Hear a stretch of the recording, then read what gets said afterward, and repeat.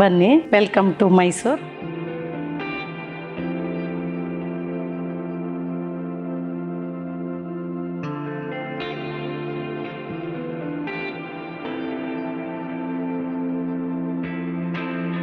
ಮನೆ ಅಂದರೆ ನನ್ನ ಪ್ರಕಾರ ಅದೊಂದು ಕನಸು.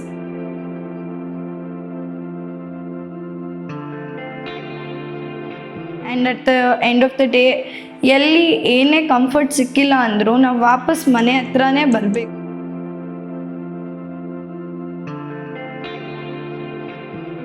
ಒಂದು ಹೆಣ್ಮಗುಗೆ ಮನೆ ಅನ್ನೋದು ಸೇಫ್ ಪ್ಲೇಸ್ ಥರ ಅನಿಸ್ಬೇಕು. It all started from them building a home.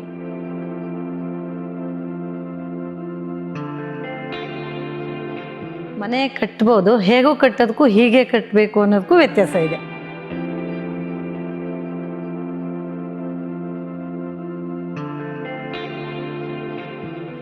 ಮನುಷ್ಯ ಕನಸು ಕಾಣೋದು ಇದ್ದೇ ಇರುತ್ತೆ. ಈ ಕನಸು ಈಡೇರಿಸ್ಬೇಕಾದ್ರೆ 30-35 ವರ್ಷ ತೊಗೊಂಡಿದ್ದೀವಿ.